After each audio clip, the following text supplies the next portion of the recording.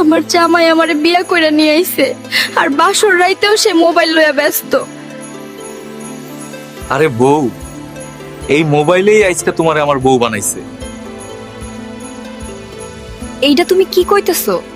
খুইল্লা কও শুনি।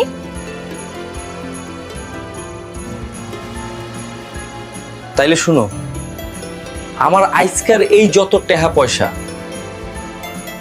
কিছুই আসিল না। আমিও তো মনে মনে ভাবতেছি, এত টাকা পয়সা কই পাইলা তুমি?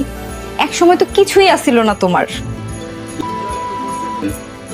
এই আমার ভাগ্যের চাকা ঘুরাই দিছে সোনা বউ আমার। আজকে আমার এই যে এত কিছু টাকা পয়সা সবকিছু এই মোবাইল দিয়ে কামাইছে। আমিও তো ভাবতেছি, এই বাসর রাতে কেউ কি নয়া বউ রাইকা মোবাইল নয়া ব্যস্ত থাকে। সোনা বউ, একটা কথা মাথায় রাখবা, টাকা পয়সা ছাড়া এই দুনিয়াতে কেউ এক পয়সা দাম দেয় না। তাইলে আমিও কি তোমারে দাম দেই না? আরে সোনা বউ আমার কান্না শুরু কইরা দিছে। শুনো, মনে পড়ে বিয়ের আগের দিনগুলোর কথা?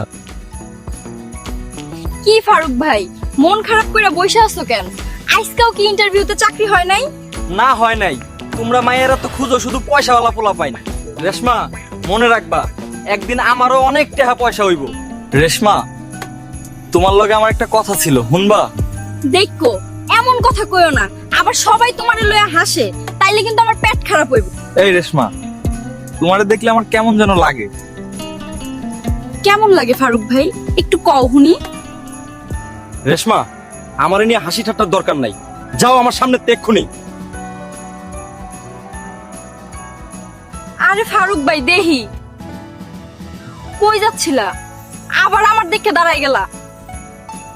রেশমা, শুনলাম চাচা চাচি নাহি সদরে গেছে, তাই ভাবলাম তোমাকে এদিকে একটু ঘুরে আসি।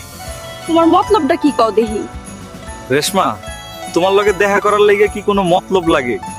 আচ্ছা ফারুক ভাই, আমার মেলা কাম আছে বাড়িতে। রেশমা, ওই দিনের আমার খারাপ ব্যবহারের লেগে আমি তোমার কাছে সরি। আচ্ছা কও কি কইবা। আমি সব সোজা কথা কইতে পছন্দ করি, তুমি অনুমতি দিলে কইব। এই গোলাপটি তোমার জন্যে। এই গোলাপটি তোমার জন্য। এটা হইতে পারে না কোনোভাবেই। আমার বাবা আমার কাইটটা নদীতে ভাসায় দিব।